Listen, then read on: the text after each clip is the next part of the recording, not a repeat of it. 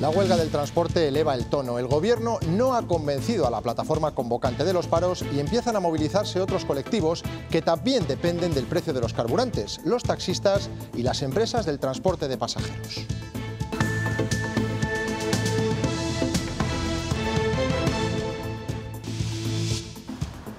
Al Ejecutivo se le acumulan los problemas y no da con la tecla de momento para solucionar la crisis del transporte. Lo que comenzó siendo un problema puntual de una asociación que representaba solo a un pequeño porcentaje de transportistas no para de crecer casi tanto como el precio del gasóleo. Buenas noches. Los camioneros no cesan en su empeño, siguen concentrándose y realizando piquetes informativos. Desde el Consejo de Ministros piden paciencia, pero los conductores reiteran que están al límite y que no pueden más. Daniel de la Fuente, Celia Sánchez.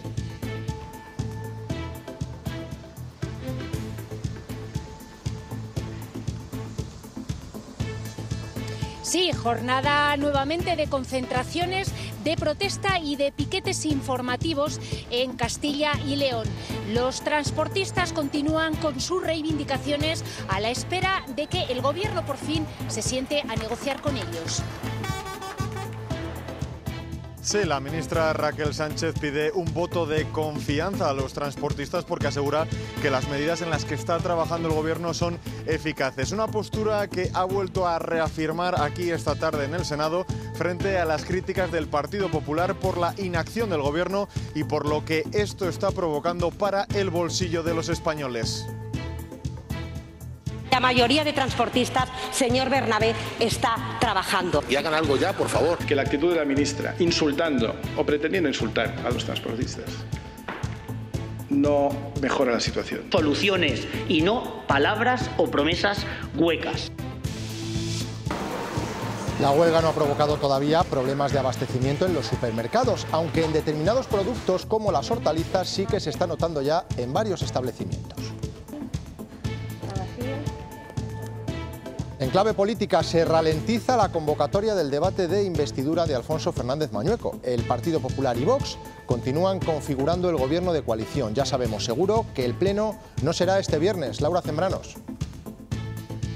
No, la sesión de investidura no será este viernes porque para ello mañana debería celebrarse la mesa de las Cortes y no está convocada. Como pronto esa sesión de investidura será el próximo lunes. Mientras tanto, PP y Vox continúan con las negociaciones.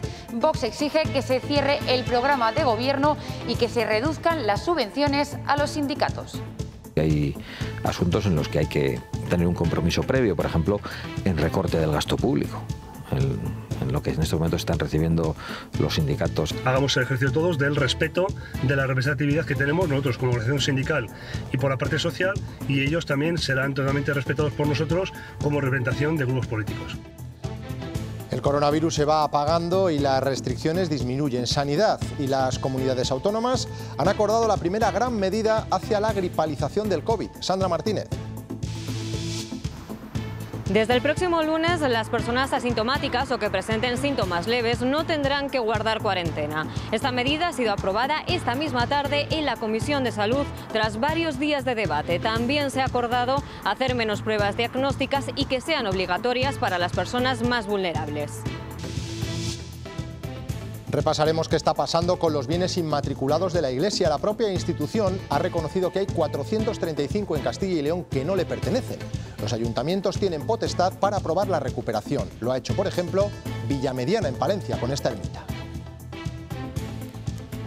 El Gobierno ha aprobado en el Consejo de Ministros el bono cultural. Se podrá utilizar a partir de junio 400 euros que recibirán 500.000 jóvenes en nuestro país, todos los que vayan a cumplir 18 años. Es una apuesta importante del Gobierno en lo que se refiere al apoyo a la cultura, al sector cultural, por las consecuencias que padecieron tras la crisis del COVID. Mañana continuaremos con lluvias persistentes en Ávila y Segovia, con acumulaciones de nieve superiores a los 25 centímetros en la Sierra de Gredos. En el resto, cielos encapotados, con chubascos mucho más dispersos. Temperaturas con pocos cambios. Noveno día de huelga del transporte que no cesa, a pesar del anuncio de ayer del Gobierno de destinar 500 millones de euros para abaratar el precio del gasóleo profesional. La plataforma convocante pide que se reúnan con ellos y que se apliquen medidas más concretas. Hoy han continuado las movilizaciones. Celia Sánchez. Sí, Antonio, eso es. Hoy nueva jornada de movilizaciones. Hemos visto concentraciones de protesta en Valladolid, en la cúpula del Milenio, y también piquetes informativos en el polígono industrial de Dueñas. Por ejemplo, piquetes informativos vigilados por la Guardia Civil y que han transcurrido sin ningún tipo de incidente. Y mañana esta será la tónica: más piquetes informativos en diversos polígonos industriales, como aquí en Mercaolid, en Valladolid, donde nos encontramos. Los transportistas convocantes de este paro, de esta protesta, siguen a la espera de que el Gobierno por fin se siente y negocie con ellos. Rotonda de acceso al polígono de Dueñas, en Palencia. Los piquetes informativos actúan. Y una y otra vez, los camiones se dan la vuelta, no entran al polígono. La Guardia Civil vigila sin interrumpir esta acción, que discurre tranquila. A los vehículos que llevan alimento para el ganado ni siquiera se les para. Los transportistas aseguran que ambos sectores viajan en el mismo barco. Reivindicarnos para que sepa la gente que seguimos estando aquí, que seguimos luchando por lo nuestro y por lo de todos, porque en un principio es por lo de todos. Este piquete informativo de Dueñas se repetirá mañana en polígonos industriales de toda Castilla y León. Nos vamos a distribuir en muchos sitios y bueno, pues para que se nos vea y que se nos haga notar que estamos aquí todavía. Para que la gente sepa lo que reivindicamos, el que nos quiera apoyar que nos apoye y el que no, no podemos hacer otra cosa, que siga trabajando. Mientras no haya diálogo entre el Ministerio y la plataforma convocante de la protesta, los actos reivindicativos continuarán. Los camioneros están a la espera de permisos para organizar nuevas marchas lentas.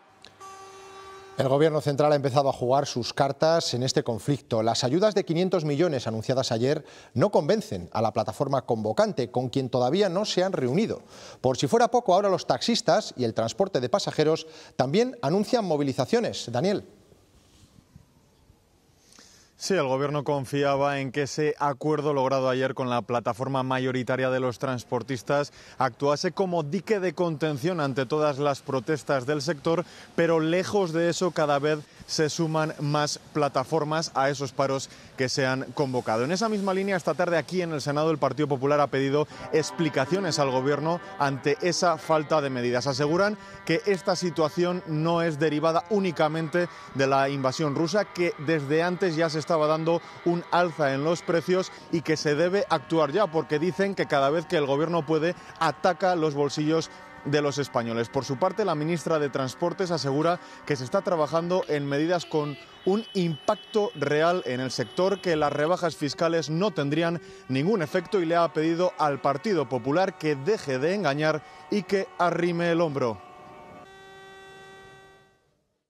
La mitad de lo que pagamos por cada litro de combustible son impuestos que nos cobra su gobierno. Dejen de darle hilo ya a la cometa con todas las medidas que dicen que van a hacer y hagan algo ya, por favor. Están ustedes perpetrando un robo a mano armada al bolsillo de los españoles. No enreden, no engañen, no confundan, arrimen el hombro y sumen ustedes a solucionar algo que es muy complejo. La mayoría de transportistas quiere trabajar y la mayoría de transportistas, señor Bernabé, está trabajando. Vamos a adoptar las mejores medidas para el sector, las que más les beneficien.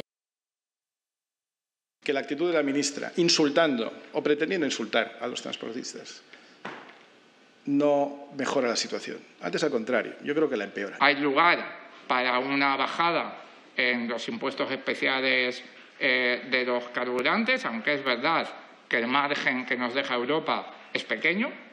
Bajadas de impuestos que se prometieron en el cónclave de La Palma, ahora no. No vaya a ser que se enfade Podemos. Bien, ¿qué han hecho otros países de nuestro entorno para ayudar a los transportistas? Nos fijamos en los más cercanos. Francia prometió 400 millones de ayudas y una bajada de 15 céntimos del litro de carburante. En Portugal esa rebaja es de 30 céntimos y en Italia de 25. 8 días después de que los motores parasen, el Gobierno da un paso al frente. Vamos a aplicar una bonificación en el precio del gasóleo profesional para que esta medida tenga un impacto real y efectivo y vaya directamente a los transportistas. Aunque todavía no está claro de cuánto será ni cómo se hará, y precisamente esa falta de concreción no ha sentado nada bien y ha hecho que otras asociaciones se sumen al paro. El Gobierno espera a la decisión europea de los próximos días. Nos hemos emplazado a una próxima reunión este mismo viernes para dar con mayor detalle y absoluta concreción cuál va a ser el importe de ese descuento. En países de nuestro entorno la ayuda es de 15 céntimos en Francia, 25 en Italia o hasta 30 céntimos por litro en Portugal. En España estos incentivos los asumirán Estado y petroleras. El Ejecutivo esquiva la rebaja de impuestos que pedían los convocantes y a cambio pone sobre la mesa que la devolución del combustible profesional sea mensual y no trimestral como hasta ahora. Nosotros estamos decididos a adoptar el próximo día 29 un paquete de medidas eficaces que nos permitan reducir el precio de la electricidad, del gas y de los carburantes. Además promete seguridad para que la cadena de suministro no se rompa. Este paquete de ayudas iría incluido en el Plan Nacional que el Gobierno quiere que entre en vigor el 1 de abril. Otros colectivos como los taxistas, los conductores de vehículos de alquiler, ambulancias y transporte de viajeros por carretera se suman a la manifestación convocada para el domingo en Madrid como forma de protesta por esta subida de los precios de la energía. Mientras el sector del transporte de mercancías está a la espera de que mañana, en la reunión con el Ministerio de Transporte, se concreten las medidas anunciadas por el Gobierno. Los taxistas de Castilla y León no se sumarán a la protesta de momento, pero también están sufriendo el incremento de los carburantes y exigen medidas concretas. Cuando tú echas, ese dinero no va a casa o bien a cubrir, o bien a ahorrar, o bien a cubrir una necesidad de la casa. Va, solo se lo come todo el carburante. Estamos trabajando realmente a pérdidas. Los efectos de la huelga de transportistas también se dejan notar en otros subsectores industriales de la comunidad. El viceconsejero de Economía sostiene que Castilla y León está más expuesta al desabastecimiento por tener mayor peso del sector transformador en su PIB. En el sector automoción ya empieza a haber paradas de líneas y el sector en el cual está también afectado la inflación, sobre todo del ámbito energético, aquellas empresas que son más electrointensivas ya están o en procesos de parada o seriamente pensando en una parada. Por lo tanto, sí que afecta. En los mercados y grandes superficies no hay de momento problemas de desabastecimiento. En las últimas horas solo los ha habido con las hortalizas. En las pescaderías ocurre con algunos productos y en las gasolineras a día de hoy se mantienen los tanques llenos. En las pescaderías de momento no se está notando, como decimos, demasiado la falta de productos. Los de importación llegan sin problemas y en el caso de los de menor tamaño se están pudiendo transportar casi todos. Los vehículos que se utilizan, eso sí, no son los de gran tonelaje. En pescaderías como esta, de momento, no está habiendo grandes problemas de desabastecimiento del pescado de importación. Este está llegando aproximadamente al 90% de lo que solía hacerlo en una semana normal. Lo que sí que está faltando algo más es el pescado procedente de Galicia y de Asturias, y principalmente el pescado azul pequeño, por ejemplo, las sardinas, los bocartes o los boquerones. La federación, que representa las pescaderías tradicionales, y también los mayoristas, dicen que de momento lo único que les está afectando es la huelga de transportes, porque la de pescadores todavía no han llegado sus efectos. Se notarán, eso sí, quizá la semana que viene. De momento, la huelga de transportes la capean como pueden, por ejemplo, transportando el pescado en furgonetas en lugar de hacerlo en camiones. En el mostrador de las pescaderías no falta pescado. Aquí rodaballo, lubina, lenguado, la merluza, el rape, todo esto sí que ha llegado hoy, ha entrado hoy. Se estima que a las lonjas y mercados del país ha llegado un 70% del producto habitual. Eutiquio echa en falta variedad. Luego también almejas, ostra, todo esto que nos viene de Cambados, Pontevedra, que nos lo mandan directamente, tampoco se atreven, porque vale mucho dinero y no se atreven a cogerlo y mandarlo en un camión y que te le dejen por ahí tirado. Todos los pescados de bajura que están amarrados también se está notando mucho. Los que se lo pueden permitir se desplazan hasta la costa para asegurarse de tener el producto. Al puerto de Santa María, a Burela, a Pasajes, nuestros propios repartidores han ido a buscar el producto. Lo estamos asumiendo nosotros porque estamos poniendo nuestro propio transporte. Las grandes superficies también esquivan las consecuencias del paro porque cuentan con su propia cadena de distribución. Eliminamos de la cadena posibles intermediaciones directamente de nuestra propia lonja, somos asentadores a los centros comerciales. La logística condiciona lo que cada comercio puede sacar a la venta. Los productos frescos van al día, ahora más que nunca. Galicia, Andalucía y Extremadura son, según la Asociación Agroalimentaria de Castilla y León, las comunidades en las que está teniendo mayor incidencia esta crisis del transporte. Vitartis prevé que los precios sigan subiendo y si la huelga continúa, dicen, los problemas de abastecimiento también irán a más. La realidad es que el desabastecimiento ha llegado a llegar con algunos productos y esperemos que no sea mayor en los próximos días, pero si la solución no se resuelve, la escalada de preocupación, de desabastecimiento y de violencia seguramente también, esperemos que no, pero puede incrementarse. ¿Qué pasa en las gasolineras de Castilla y León? Pues que también tenemos una imagen de normalidad. Hay combustible, al contrario de lo que está ocurriendo en zonas del Levante.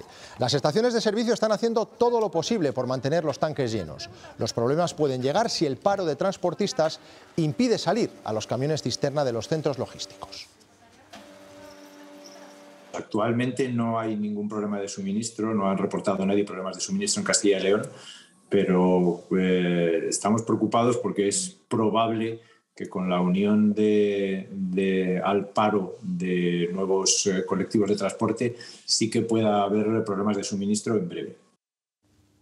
Cada vez son más las grandes marcas que se están viendo obligadas a ralentizar o incluso detener su producción. Empresas alimentarias como Calvo o Azucarera han tenido que cerrar alguna de sus plantas. También cerveceras como Mau o Heineken. Por su parte, Zara ya está advirtiendo de retrasos en las entregas de compras online. La última en sumarse ha sido Danone.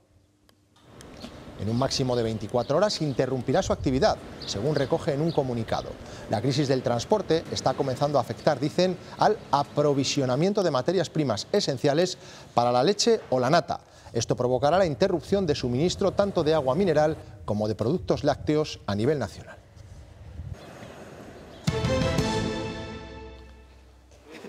No hay fecha aún para el debate de investidura de Alfonso Fernández Mañueco, el presidente de las Cortes, que es quien tiene que convocarlo tras la reunión de la mesa y la Junta de Portavoces, dice que se esperará a que esté cerrado el acuerdo entre Vox y el PP. Hasta ahora se barajaban dos fechas, la del 25 de marzo, que ya no podrá ser, porque la mesa debiera haberse convocado para mañana, y ahora la siguiente fecha podría ser el lunes 28 de marzo o demorarse incluso algún día más. No se ha convocado todavía ni la mesa ni junta de portavoces. Estamos un poco pendientes de intentar hacerlo, pues bueno, todo a la vez, de la forma más normal posible. Y bueno, pues ya os digo que en breve plazo esperemos que ese acuerdo en el que están trabajando para tener a los mejores pues salga adelante.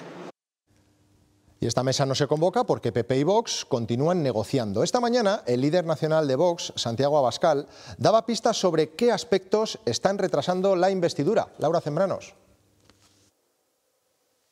Sí, Santiago Abascal ha pedido calma, dice que las negociaciones continúan abiertas y que antes de ir a la investidura debe estar cerrado cómo será el gobierno de Castilla y León. No solo en su estructura, en cuanto a qué consejerías gestionará cada uno de los partidos, sino también en cuanto al programa de gobierno. Y ahí Vox pone varias exigencias: que se reduzca el gasto político y también que se reduzcan las subvenciones destinadas a los sindicatos. Además, Vox quiere que todo esto esté por escrito antes de la investidura. Prisas no son buenas. El portavoz de Vox reclamaba este lunes calma en la negociación del Gobierno y lo ratifica ahora su presidente. Hay asuntos sin cerrar que quiere tener atados antes de la investidura. Asuntos en los que hay que tener un compromiso previo, por ejemplo, en recorte del gasto público, en lo que en este momento están recibiendo los sindicatos en toda España, pero también en Castilla y León, que es una barbaridad. Negociación hasta el límite, como ya hizo antes de la constitución de las Cortes. Pensaban que íbamos como los demás, con un tira y una afloja. Y nosotros no hemos aflojado en ningún momento. Abascal dice que es consciente que su peso en la coalición es menor que el peso del PP, pero no desiste de algunos de sus objetivos más polémicos. Y vamos a hacer todo lo posible para que se hable de violencia intrafamiliar y no de violencia de género. En cuanto a las carteras y los nombres, tampoco queremos que le ocurra a Alfonso Fernández Mañueco lo que le ocurrió con Ciudadanos, que conozca a los consejeros por los periódicos. El acuerdo en Castilla y León, dice Abascal, es como un proyecto piloto para el resto de España, pero sí es útil. Si el Partido Popular incumple flagrantemente los acuerdos con Vox o dentro de unos meses se ve que el acuerdo es inútil para un cambio de rumbo en Castilla y León, a nosotros no nos temblará el pulso a la hora de abandonar un gobierno si vemos que es ineficaz. Asegura que una parte de su programa tiene que cumplirse. Respecto a lo que ha dicho Santiago Abascal sobre los sindicatos, ya hay reacción. UGT pide respeto y le recuerda a Abascal que su papel está recogido en el Estatuto de Autonomía y que el trabajo de los sindicatos redunda en beneficio de toda la sociedad. Ese gasto público, esos fondos públicos no están dados realmente para que atendamos a gastos propios o a gastos que algunos se piensan que son solo para marcarnos ocio y alterne. Esas remuneraciones y esos presupuestos que se marcan hacia nuestra organización es como real al trabajo que hacemos para el 100% de la sociedad. La militancia del PP refrenda a Feijóo como nuevo líder del Partido Popular con el 99,6% de los votos. Ha recibido la confianza de más de 36.000 afiliados. Han votado 21.000 menos que en las primarias de 2018, donde había más competencia porque se presentaron 6 candidatos. Feijóo será proclamado formalmente presidente del PP tras la votación de los compromisarios en el Congreso Extraordinario del 1 y el 2 de abril. Comentaba que pensamos que es una semana decisiva para la legislatura, como seguramente lo fueron las semanas de estallido, ¿no?, de la epidemia hace ya 2 años. Lo acaban de escuchar, sigue la tensión en el gobierno de coalición tras la decisión sobre el Sáhara adoptada por Pedro Sánchez. A las críticas de Unidas Podemos se han unido las que durante toda esta tarde ha escuchado el ministro de Asuntos Exteriores. Muchos de los hasta ahora apoyos del gobierno han cargado por este cambio de postura. Ustedes han ninguneado a todos los españoles y exigimos respeto, ministro, y que no nos mientan más. ¿Por qué no hace público ese pacto? El Gobierno de España ha sucumbido una vez más al chantaje de Marruecos. Hoy el pueblo saharaui es, desgraciadamente, un pueblo apátrida abandonado a su suerte por el Gobierno del Estado español. Hoy, mañana y siempre, a pesar del Partido Socialista, Sáhara libre. La posición de España está en el marco de Naciones Unidas, con la Carta de Naciones Unidas, con las resoluciones del Consejo de Seguridad de Naciones Unidas. Son imágenes del bombardeo ruso contra un complejo industrial de Mariupol, en el sur de Ucrania. Es parte de los continuos ataques aéreos contra esta ciudad meridional que sigue resistiendo el asedio de las tropas de Vladimir Putin. Estados Unidos asegura que Moscú está destruyendo deliberadamente edificios civiles, hospitales y lugares que sirven de refugio a la población civil. Washington acusa además a Rusia de haberse llevado ilegalmente a su territorio a cerca de 2.400 niños de las regiones del Donbass, en el este de Ucrania. Lo hace mientras los frentes de guerra se estancan y aumentan los ataques aéreos. No se ha salido a las calles de Kiev más que para conseguir alimentos o huir a los refugios antiaéreos. La capital de Ucrania permanece con un toque de queda para minimizar las víctimas de los ataques rusos. Ante la dificultad para hacerse con los cascos urbanos, el ejército de Vladimir Putin aumenta el número de misiles que lanza contra la capital y contra Mariupol en el sur, donde 350.000 civiles siguen atrapados. También dispara contra Kharkov, donde un proyectil ruso ha matado a un hombre de 96 años que consiguió sobrevivir a 4 campos de exterminio nazis en la Segunda Guerra Mundial. ¿Cuántos ucranianos y rusos deben morir para que todo el mundo se dé cuenta de que en esta guerra no hay vencedores? Naciones Unidas pide poner fin a esta guerra en la que se atascan las negociaciones entre las partes. El presidente ucraniano reclama más ayuda para frenar a Putin. Ha ganado grandes cantidades de dinero exportando petróleo y gas y ha usado ese dinero para preparar una guerra que no es solo contra Ucrania. Su objetivo es Europa. Estados Unidos amenaza a Moscú con severas consecuencias por parte de la OTAN si Rusia utiliza armas químicas o biológicas.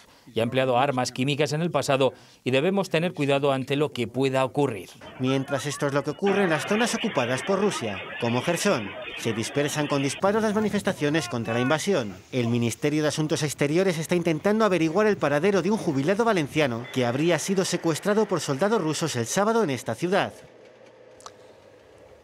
Noticia importante para el campo, la que llega desde la Unión Europea. Las tierras que la política agraria común obligaba a dejar en barbecho se podrán cultivar para compensar el cereal que no llega desde Ucrania.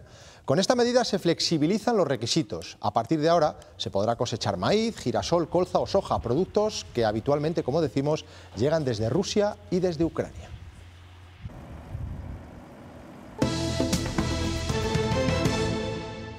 Otra crisis, la del coronavirus, va quedando atrás. Ante la estabilización de los datos, Sanidad y las comunidades autónomas siguen relajando medidas. La última se ha tomado esta misma tarde. Tiene que ver con las cuarentenas. Sandra Martínez. Desde el lunes solo tendrán que guardar cuarentena obligatoria los casos de coronavirus moderados o graves. Sanidad y las comunidades autónomas han acordado que los asintomáticos y los casos leves no tienen que guardar ese aislamiento. Será la primera vez durante la pandemia que las personas diagnosticadas de COVID tengan libertad de movimiento. También han acordado hacer menos pruebas diagnósticas y que estas se reserven a las personas más vulnerables, como por ejemplo los mayores de 60 años o los inmunodeprimidos, también para los más expuestos como el personal sanitario o sociosanitario. Pese a que la pandemia continúa y a las 4 olas que llegaron en 2021, el año pasado dejó un dato que se asemeja más a la normalidad. El teletrabajo cayó en Castilla y León más de un 7%, lo que supone el doble que la media nacional. Aún así, 1 de cada 10 trabajadores desarrolla su actividad, al menos de forma ocasional, desde casa. Paco Gómez. Sí, el monitor de oportunidades y satisfacción en el empleo pone de manifiesto la clara regresión del teletrabajo en el conjunto del país. En este último trimestre el número de personas que teletrabajaron cayó cerca del 4%, pero en Castilla y León fue casi el doble, cerca del 8%. Tras este descenso en el conjunto del país hay un 15% del total de empleados que teletrabajan, aunque sea ocasionalmente, pero en Castilla y León la cifra es mucho más baja, apenas supera el 11%. Comunidades como esta, con alta presencia de la hostelería o del sector primario y con menos grandes empresas, son las que presentan peores cifras. No superar los 20 kilómetros por hora respecto al límite máximo permitido para adelantar es una de las medidas más polémicas en la nueva ley de tráfico. Desde ayer está prohibido en las carreteras convencionales. En estas vías se producen 2/3 de los accidentes y la DGT está convencida de que va a reducir la siniestralidad. Él es Javier, un taxista que desde hace más de 30 años recorre diariamente estas carreteras. Ahora su duda es si va a dificultar sus labores. Retrasas mucho el adelantamiento, estás en el carril contrario más tiempo, ese es el retraso, que estás ahí. Mucha gente va a tener que mirar más a los mandos del coche, y lo que nos dice el código es que cuanto menos miremos a los mandos y a los aparatos que llevamos es mucho mejor. La DGT advierte 2 de cada 3 accidentes mortales se producen en estas vías, principalmente en maniobras de adelantamiento. Y a pesar de estas cifras, algunos usuarios creen que les podría entorpecer. Haremos un trenecito enorme. Es perjudicial para todo, para el tráfico y para todo. La desesperación que te puede ocasionar el querer adelantar pero no poder, por el tema también de la velocidad, puede ser un poco peor para el tráfico. También todo depende un poco de las potencias de los vehículos y de la forma de conducción de cada uno. O sea, si tenemos una conducción eficiente y llevamos un vehículo que esté bien preparado, no creo que haya ningún problema. Una medida avalada por la asociación Stop Accidentes y que afecta especialmente a Soria, ya que el 85% de las carreteras de la provincia son convencionales.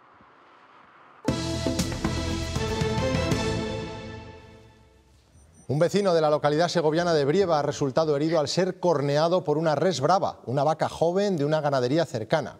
Varias reses se han escapado de la finca y han tenido en jaque a la Guardia Civil durante toda la tarde. El herido, ingresado en el hospital, no reviste gravedad y evoluciona favorablemente. Todos los pueblos de la zona mantienen el aviso a los vecinos para que no salgan por el campo.